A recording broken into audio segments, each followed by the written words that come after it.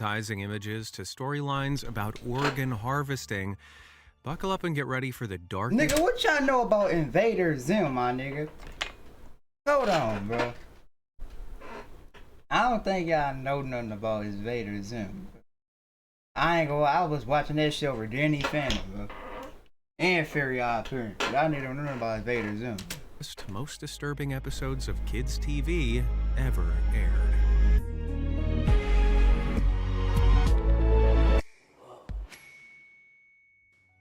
Don't forget to brush. Nickelodeon's Cat Dog was a weird show at the best of times. It starred the titular cat-dog hybrid in a gross, run-down world of humanoid animals, so grotesque imagery was part of the package. But no episode would ever take this further than Teeth for Two.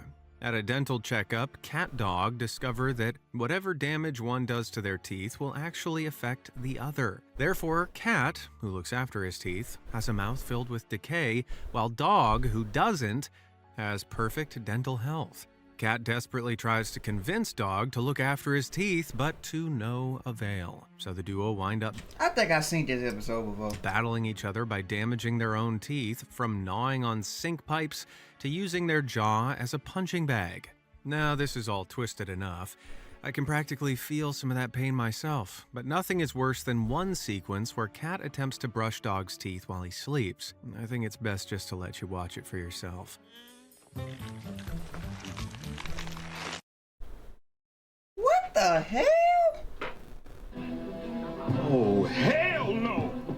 Why he up under the cover getting them? Like, nigga, wait, bro. Like, wait till I get up, bro. Like, what the hell is this nigga doing?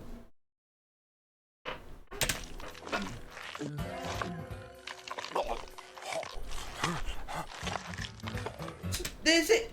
Bro, what the fuck is going on, bro? Oh, hell no!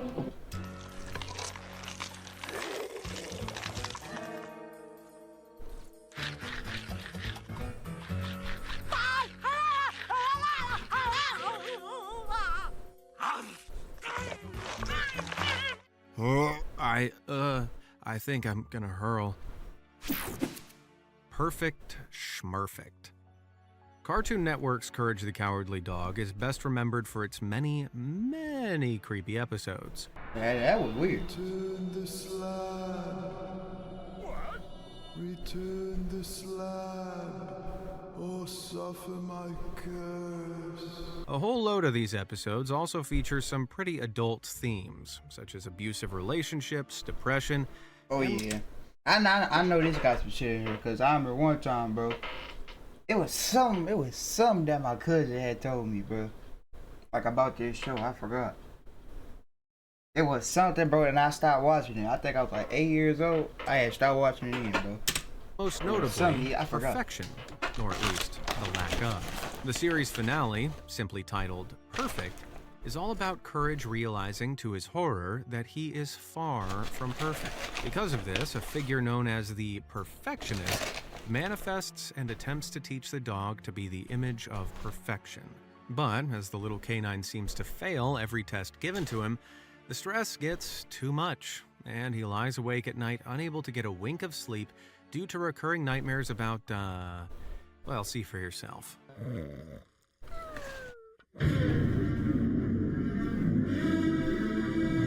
You're not perfect. The fuck is that?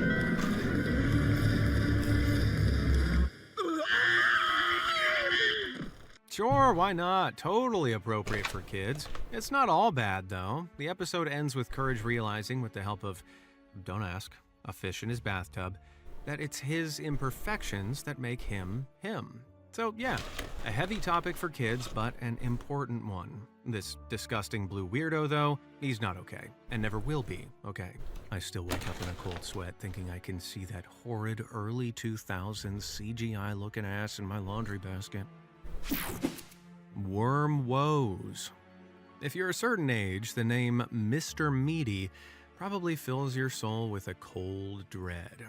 This hideous Nickelodeon puppet show aired in the mid-2000s and was renowned for being ugly, vile, and unnerving. Did I ever watch Crash Box, bro? That's what this look like.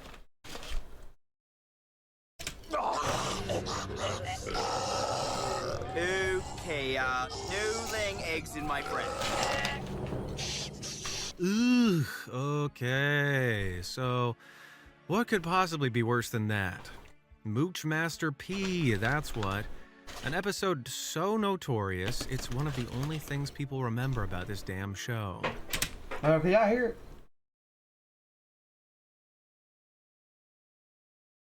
it? The premise sees the character Parker eating a raw meat patty and finding himself stuck with a tapeworm. Sounds horrid, right? Well, it gets worse. And approach the sausage.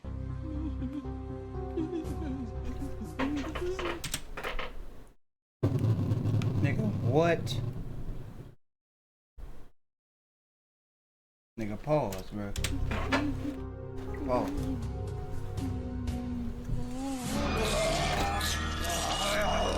Bro, hell no, bro. Hell no. Oh, hell no!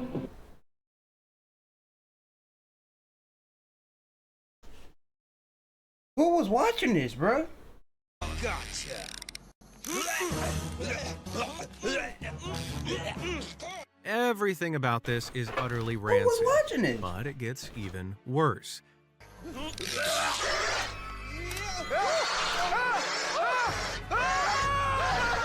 They just fished a tapeworm out of his stomach, didn't they? Putrid, vile, but I think you know what I'm gonna say. It gets even worse than that. Here you go. I've handled these little beauties before. Come on, sweetheart. Okay, come on. Here we go. Come on in.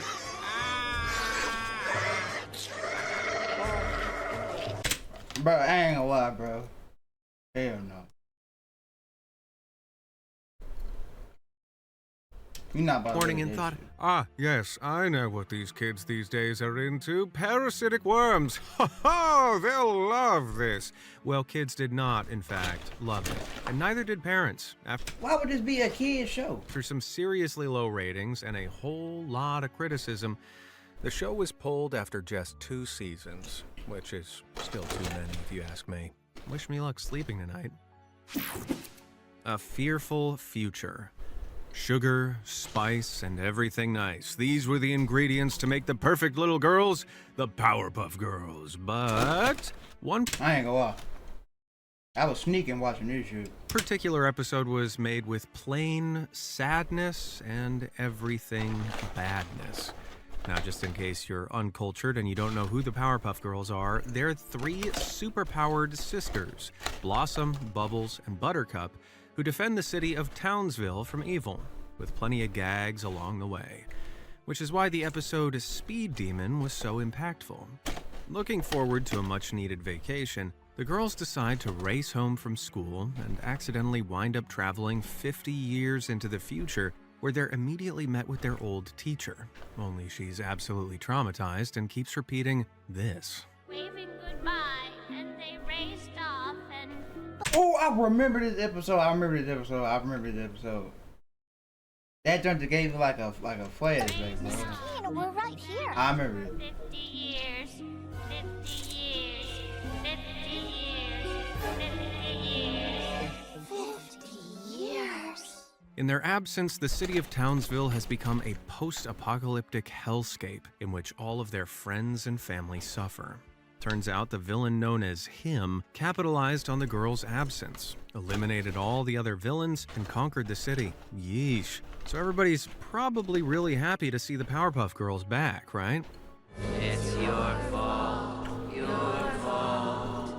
Your fault. Your fault. Your fault. What have we done? Oh my god. In a panic, the girls fly off into space to escape and manage to return to their own time somehow. Terrified after their harrowing experience, though, they cancel their vacation and claim they can never have time off after all. Jeez, what an ending. They're basically forced to be on call day and night for the rest of their lives, or everybody they love will be destroyed. What's worse, their friends and neighbors actively blamed them for not being there to save them, when they didn't even do anything wrong. Yeah, this one definitely isn't for the faint of heart. Guilty conscience. It's tough to imagine SpongeBob. Bob being in any I don't know why way I paused. disturbing, but I assure you, it's definitely gone there. The episode Nasty Patty revolves entirely around SpongeBob and Mr. Krabs grappling with the belief they've ended the life of a health inspector by feeding him a grotesque burger. They haven't, he just swallowed a fly and passed out, but regardless, the crippling guilt and anxiety they feel is totally real. In fact, the rest of the show is spent with the duo trying to dispose of the body. Meanwhile, Krabs is constantly trying to rein Damn. For real? in SpongeBob's guilty conscience with threats of jail time as he laments his role in their crime. I mean, that's some seriously heavy subject matter for a kid's show, don't you think? Heck, the episode was even banned at one point in South Korea due to just how macabre it was.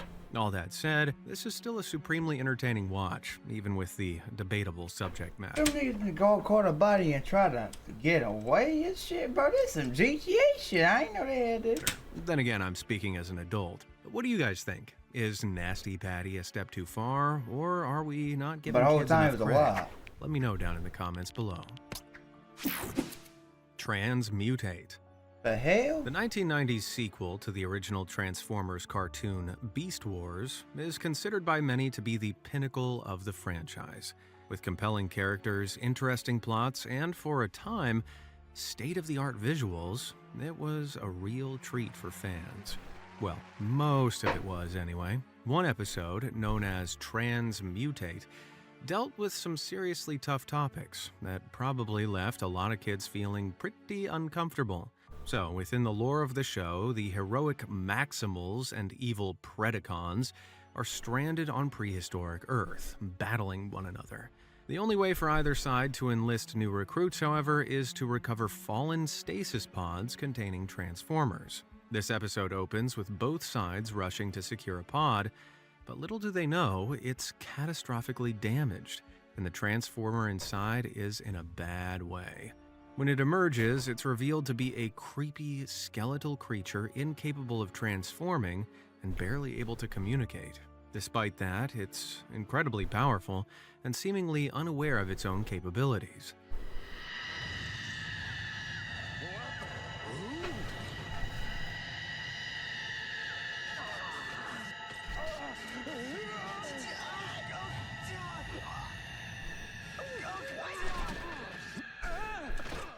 Both the villainous Rampage and the noble Silverbolt feel a kinship with the being and attempt to win it over to their side. But unable to control its power, the good guys eventually recommend putting it into a stasis lock, a permanent coma, as it represents a danger to itself and everyone around it. Ultimately, though, it sacrifices itself to stop the two sides fighting each other, leaving them to mourn their shared loss. This supremely dark episode presents viewers with a Transformer that is essentially both physically and mentally disabled, incapable of comprehending the reality of its existence. Not only that, but the downer ending is enough to make anybody feel miserable.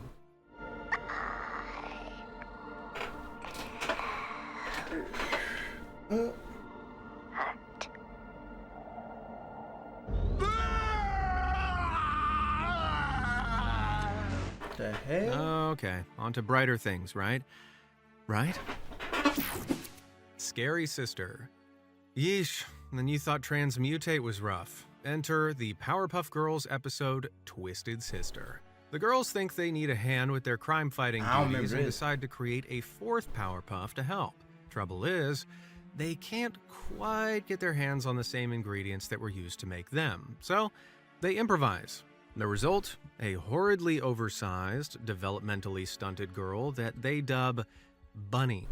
After being given the orders to fight bad guys and throw them in jail, Bunny has a hard time figuring out who those bad guys are and ends up imprisoning the police and allowing criminals to wreak havoc across Townsville. Predictably, the other girls aren't too pleased, so they scold her and kick her from the group, causing her to fly off in tears. And despite this, later, when the girls find themselves in serious trouble, Bunny returns to save them. Only after she does, well...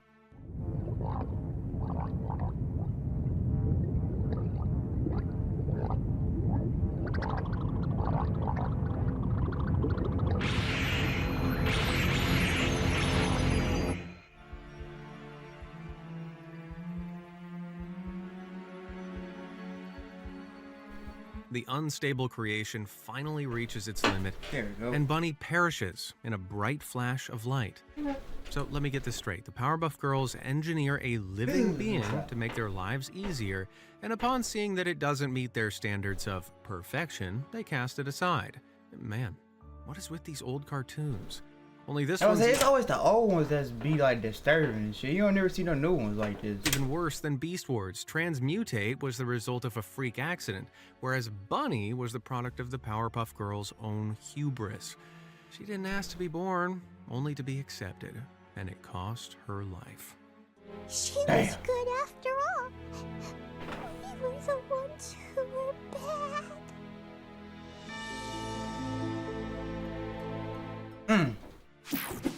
What a horrible kind of day. Arthur is a pretty special show.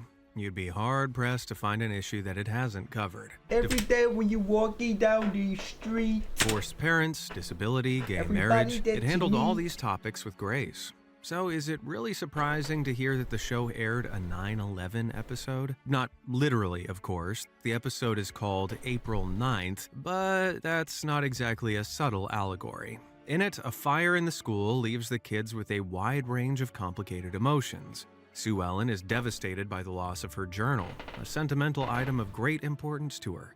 Blinky is traumatized, utterly terrified by anything. Man, this nigga, bro. I ain't gonna lie. This nigga, this nigga one irritating ass nigga, bro. I remember one time, what was that one episode, bro? I think it was with Francine and it was like something like she ain't get along with them or something. He kept on saying something dumb, bro. I ain't gonna lie, I ain't finished the episode yet. That nigga just irritated. This nigga here is irritated. that even remotely reminds him of the event. Arthur, meanwhile, finds himself with unbearable anxiety surrounding his father's safety. Finally, Buster feels completely left out, like he's missed something profoundly impactful after oversleeping and avoiding the fire. As you can probably tell, the episode was conceived to help kids deal with their own complex emotions after the devastating events of September 11th, or any tragedy, really. A profoundly dark subject, sure, but an important one. I can imagine this episode has helped a lot of kids over the years, and the world probably is a better place because of it. You know what else makes the world a better place? My subscribers. I love ya. So why not join them and hit those like and subscribe buttons? That way you'll never miss out on another awesome video like this one. Now back into the rabbit hole. On the wrong tracks. Nah, When I was yeah. a Nah, I remember this. Young lad, The shortly nigga was stuck in the cave or something. Not the cave, like the damn before tunnel. I became a dinosaur kid, I was a die-hard train kid. Seriously, my whole life was trains. He was So stuck in Thomas there the forever, Tank I think. Engine was a huge part of it. But there was one particular episode of the Happy-Go-Lucky Choo-Choo Show that left many kids feeling disturbed. Its name? The Sad Story of Henry. The titular Henry is a train that, after entering a tunnel, refuses to emerge on the other side. See, it's raining, and he's worried about the downpour messing up his beautiful paint job. So he stubbornly remains in the tunnel, shooting steam at everybody that tries to reason with him. After trying everything they can think of, the boss I ain't gonna man- lie. If you would watch a time at the Choo Choo Train, bro, I ain't gonna lie. Your ass is boring, bro. I could never watch a full episode of this shit, bro. The fat controller says, "Okay, whatever you want." Cut to, oh man, this horror show. They took up the old rails and built a wall in front of him so that Henry couldn't get out of the tunnel anymore.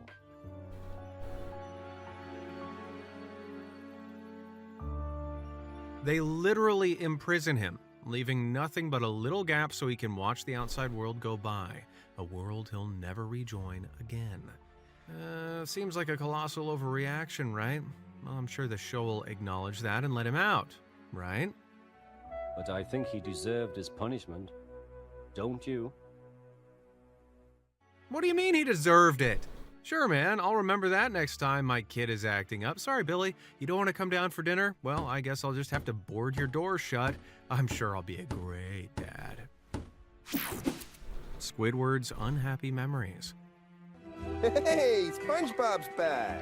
Yeah, it seems SpongeBob is the show that keeps on giving for these totally twisted episodes. This time, it's Squidward's suffering that takes center stage.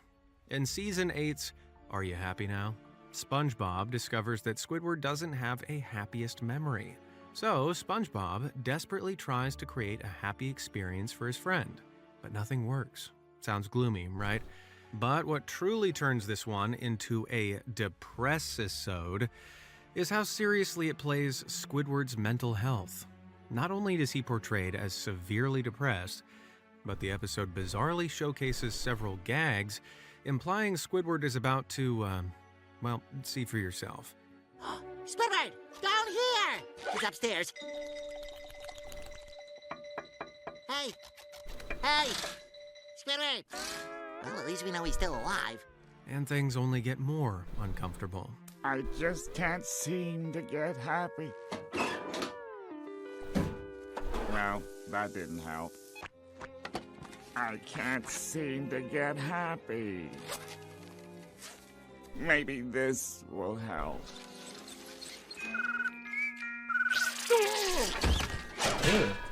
I have no idea why this is considered okay for kids.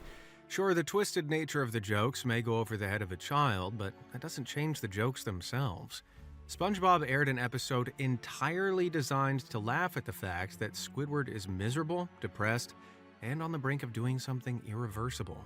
Is it any wonder that the episode was pulled after first airing? It wouldn't be shown again on Nick for another 5 years. Damn. Squidward, man. He deserves better. The Beastly Baby. Given how many times Nick's shows have appeared in this video, This was another show I couldn't watch either, Rugrats. I couldn't like sit up there and watch a whole episode of this shit. hardly surprising to hear that Rugrats has its own unsettling eps too. Angelica's worst nightmare. It wasn't boring, but it was at the same time it was boring. It's like a couple episodes that had you entertained, and like after that, the shit just started to go down. It's like a roller coaster. It go up and then it go down. Like nigga, damn. Begins with the titular toddler getting some news. Her parents are expecting another baby. Racked with anxiety about how her life may change with a young sibling in the picture, Angelica enters a nightmare sequence that gave me some nightmares of my own. So you're the new baby, huh? That's right. I'm the new baby. I'm the new baby and you're the old baby, see? And you better get something straight right off the bat. There ain't room in this house for the both of us. The, creepy mafioso baby threatens her, but when she tells her parents, they naturally don't believe her. In fact, after giving the new baby Angelica's room and all her toys, they banish her to the wardrobe and give her a single slice of cheese for dinner. But her new sibling comes for her. Damn. Hey, what are you doing here, sister? I thought I told you to scram.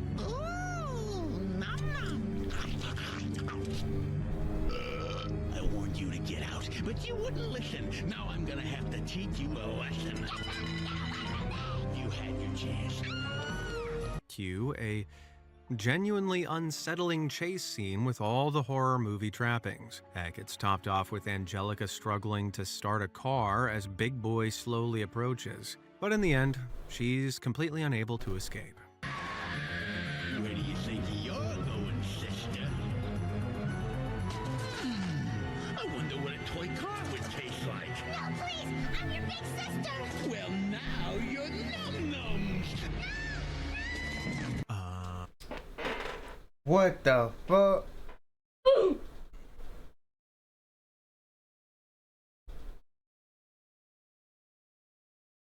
You actually ate her, bro?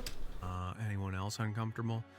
The whole sequence with Big Boy is infamous. The look, the voice, the horror movie atmosphere, totally nasty and surely responsible for a lot of scared kids. But this episode is a heavy one even for adults. You see, at the end of the show, Angelica's parents reveal that she won't be having a sibling after all. Wait, did she and her husband miscarry? I mean, they never end up having another child, even in the sequel series, all grown up, even though they were overjoyed at the thought of it. Man. Oink, oink. If you were a weird kid of the 2000s, like me, you almost definitely loved Invader Zim. The short-lived Nicktoon was known for its edgy aesthetic, random humor, and dark tone. So when a show already renowned for being unsettling goes too far, it really goes too far. The show follows the incompetent alien invader Zim, who tries and repeatedly fails to conquer Earth. See, he's constantly thwarted by Dib, the only guy on Earth who realizes that the green kid might not be human. So, in the episode Bad, Bad Rubber Piggy, Zim vows to rid himself of Dib once and for all. To do so, he builds a device that allows him to send objects through time and transports, rubber pigs to key points in Dib's life with catastrophic effect. Dib is slowly damaged by the changing past, becoming more and more decrepit as he helplessly questions what's happening. Whatever. I'm gonna sneak up past those giant gnomes and leave a nasty message note. Leave a nasty note on his door. Gaz, have I always had these tubes in my neck? Ultimately, Zim seems to succeed with his diabolical plan, and Dib passes away. That is until he's revived by his scientist father as a giant armored cyborg hell-bent on avenging his shattered life. Okay, let's summarize. This entire episode revolves around our main character psychologically and physically tormenting our other main character. Not to mention that he actually succeeds in sending him to sleep with the fishes, even if only briefly. No wonder this episode's infamous. I'll never look at a rubber piggy the same way again. An Alf-full ending. I mean, nigga, that one, nigga. I'm thinking this shit about to be like. Come on, guys. I'm sure y'all remember Alf. Alf Pogs. Remember Alf? He's back in pod form. In reality, I doubt many of you do remember Alf. A weird little alien fella and star of the popular 80s sitcom of the same name. After crash landing in the garage of the Tanners and finding himself stranded, Alf is taken in by the family, and hijinks ensue. The show ran for 4 seasons before coming to an end in 1990, with the finale, That's why I ain't see this in 1990. Consider Me Gone. And it didn't end well. See, the Tanner's alien house guest is finally contacted by a species, and it looks like he'll be able to return home. After packing his things and giving some heartfelt goodbyes to his human pals, he steps towards his spaceship to see his people once again. That's it. Until he's interrupted and captured by the US government. The end! Did you enjoy, kids? Alf's off to be dissected. Yay! Seriously, what the hell was that? Why end the show like this? Were they trying to traumatize little kids? Well, not really. You see, this was never actually intended to be the end of the show, but a cliffhanger leading to the next season. Unfortunately, that season never happened. So, for 6 long years, kids were left with the cursed knowledge that Alf's story ended as a government test subject. Eventually, the network released a straight-to-home movie sequel in which Alf does get a happy ending, but the reception was mixed at best. Better than nothing, though, I guess. Or they made a movie? Finale fear. Man, Alf's finale was a downer, huh? At least it eventually got a continuation that nullified the depressing ending, though. No such thing happened to another sitcom from the 90s, Dinosaurs. The show follows a society of anthropomorphic dinos who live in a world seemingly ruled by corporations. Episodes routinely dealt with controversial topics like religion, censorship, and race, but none were more impactful than the finale, Changing Nature. Thanks to the dinosaurs' abuse of the environment, they create a series of problems that ultimately lead to what is essentially a nuclear winter. In the end, the main characters are holed up in their home, forced to confront the reality of their situation. What's gonna happen to us?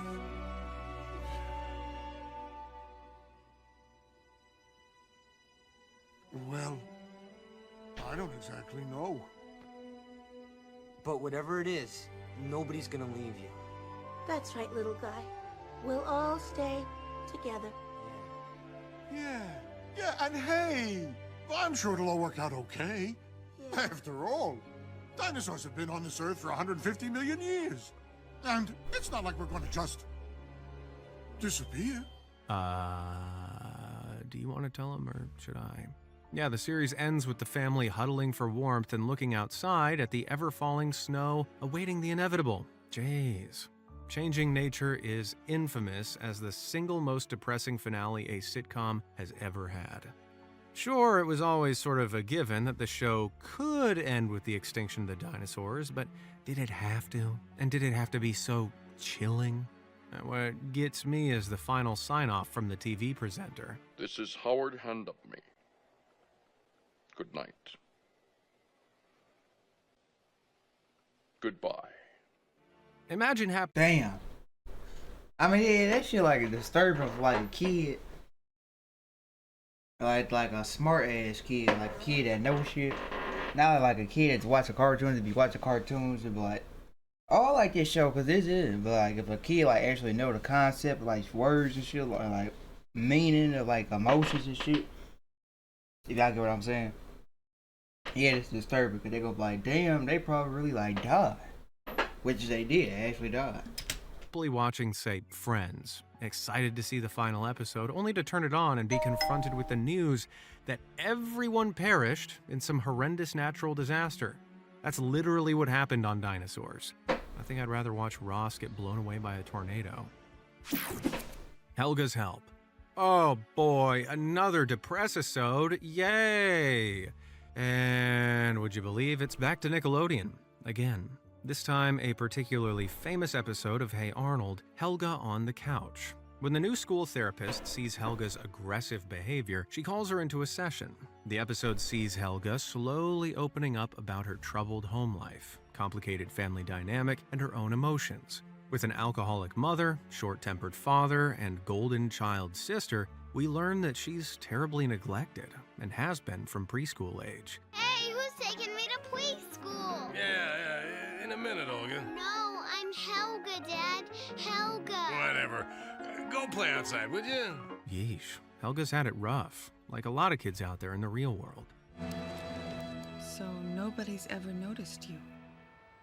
There was someone.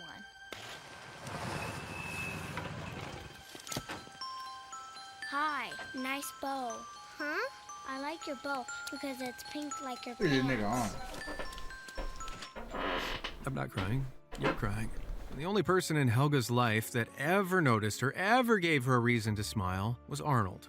After talking through her feelings with her therapist, Helga feels great relief and walks away happily. Okay, so it wasn't a total depressisode, thankfully. Subjects like depression, neglect, and anger issues are tough, sure, but they need to be spoken about openly so kids don't suffer in silence. Anything that destigmatizes therapy is a good thing in my book. A what-if wish. It's all too common for shows to produce a parody episode of the classic Christmas movie, It's a Wonderful Life. The plot follows George, who, after wishing to end his existence, sees what the world would be like if he never had existed. Long story short, everyone he loves so much is worse off, inspiring him to appreciate his life. Well, when the Fairly Odd Parents parodied the movie, they took some, creative liberties. The episode It's a Wishful Life sees protagonist Timmy Turner feeling unappreciated, so he wishes he'd never... Wait, is that one? Is this when he came back as a dog? Is that movie when he came back as a dog? He came back to life as a dog?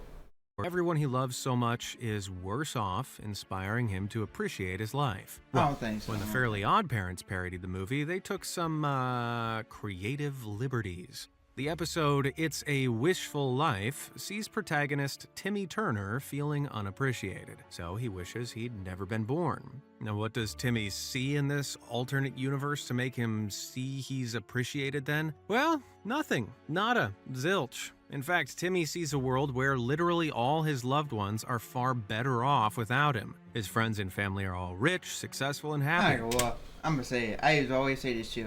This nigga Timmy Turner was built like the letter P, bro. Like, this nigga was literally built like the letter P. And Timmy is faced with the horrific realization that he makes everybody's lives worse. Crikey.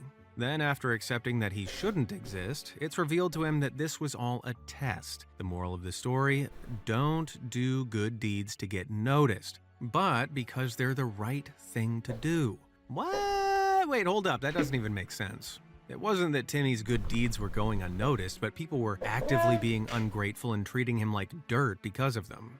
Happy birthday, AJ! computer. It's amazing, astounding, state-of-the-art, obsolete as of 4 seconds ago. Thanks for the high-tech doorstop. That doesn't work. So what? Timmy makes people's lives worse by being super nice, doing them massive favors, and giving them lavish gifts? What kind of message does that send? Now, sure, it's left unclear in the end as to whether the world really was made worse by Timmy's existence, but if it wasn't, I feel like they would have just said that. And that's the truth this episode tries to convey. Timmy is a plague on his world, a parasite that sucks the joy from the lives of others, all while trying his best to help them. Or not. Maybe I'm just getting carried away. Whatever, who knows?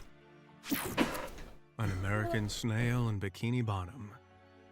If there's one thing that kids love, it's body horror. Or so thought a confused writer for a SpongeBob back in 1999. In the Halloween-themed episode I Was a Teenage Gary, SpongeBob leaves Squidward to look after his snail, Gary, while he's on vacation. However, after Squidward neglects the snail, Gary is left needing an injection of snail plasma to heal up, something SpongeBob is scared about him receiving. Wait. Hold him still. Wait. Ouch.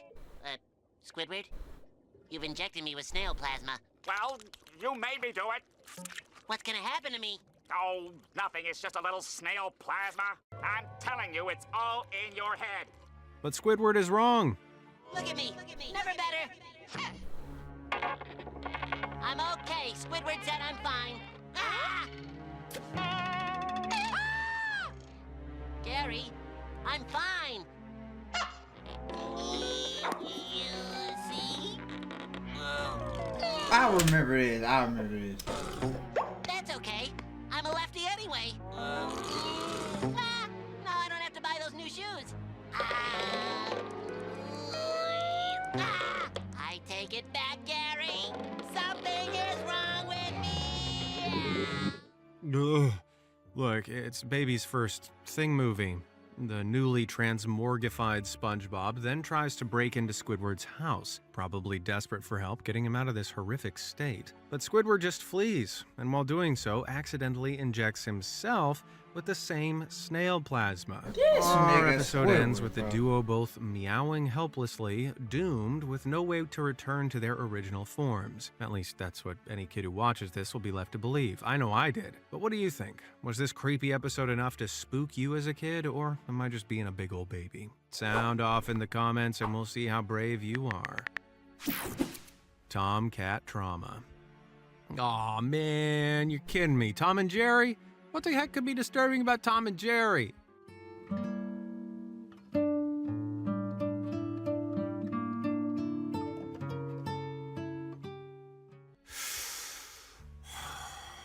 Okay, we're gonna need some context here, huh? This episode, Blue Cat Blues, originally aired back in 1956, but... Damn! 1956?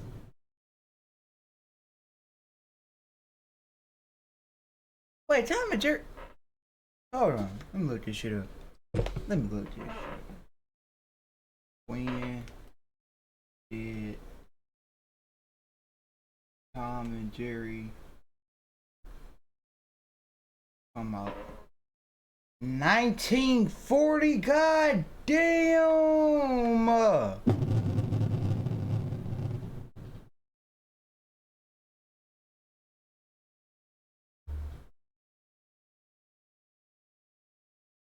Bro, I thought this shit came like a 1990 or something. God damn, 1940? Very rarely sees the light of day now, for good reason. In it, Tom falls in love with another cat, who abruptly leaves him for Butch. He tries everything he can think of to win her back, but nothing works, plunging Tom into a deep depression. Nigga, how is this disturbing us?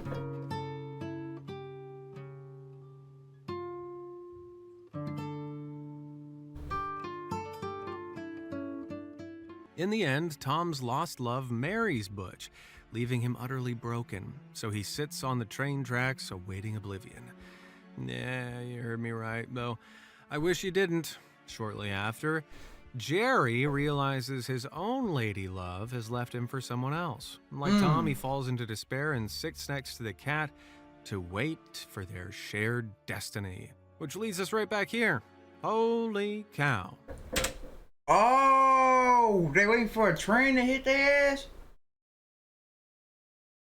Damn.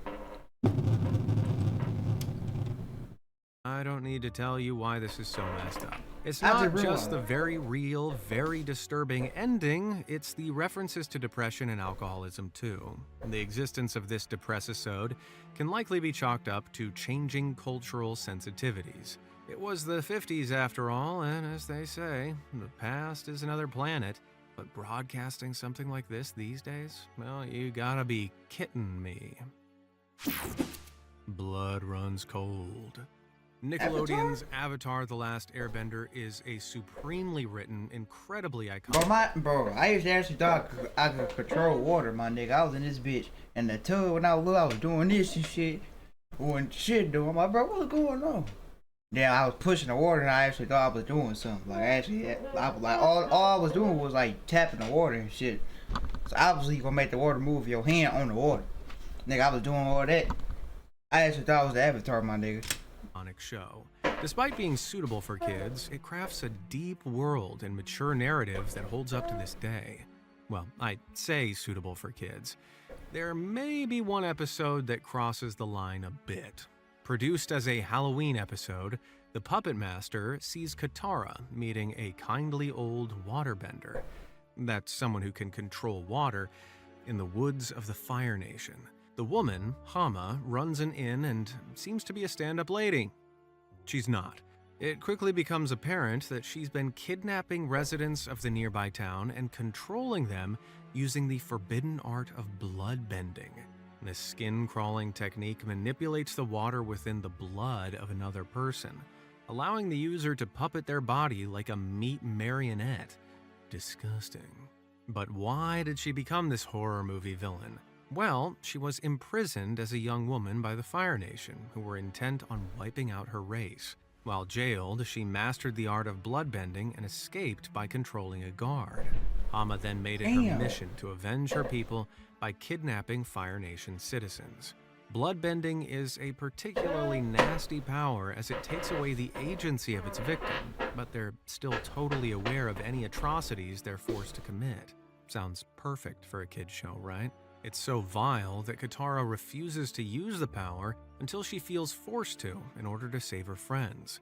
Then when she realizes what she's done, she breaks down in tears as the episode comes to a close. Delay forever. My work is done. Congratulations, Katara. You're a bloodbender. Organ overload. Oh, Invader Invader Zim. Zim, what fresh horrors do you have for us now? Now, how about the single most disturbing cartoon Nickelodeon ever aired? One that was even cited as the inspiration behind a real-world crime. Oh man, here we go. The episode Dark Harvest sees Zim realize a huge flaw in his human disguise. No, not the skin or the lack of ears, but the simple fact that he doesn't have normal human organs. So he sets out to rectify that, and it's just as messed up as you're thinking. Using a special device, he steals the organs of students and staff at school, replacing them with random objects like an alarm clock, a carton of milk, and even a radiator. As you can imagine, this isn't too healthy for them. But those organs aren't going to Bruh. waste. Oh no.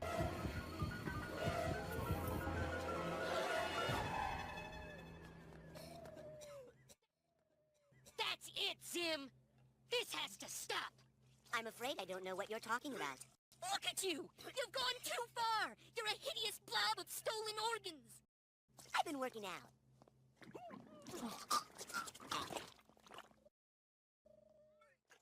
Absolutely horrendous.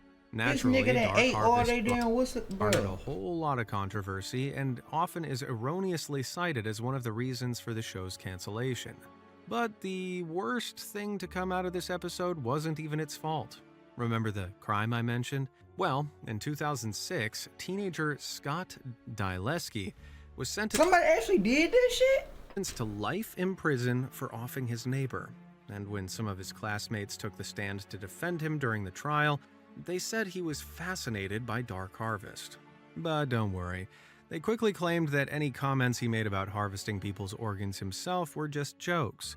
Right. And Zim is totally just a normal human boy. On that particular... Some of these bitches won't even disturb. Like I said, it disturbs like kids.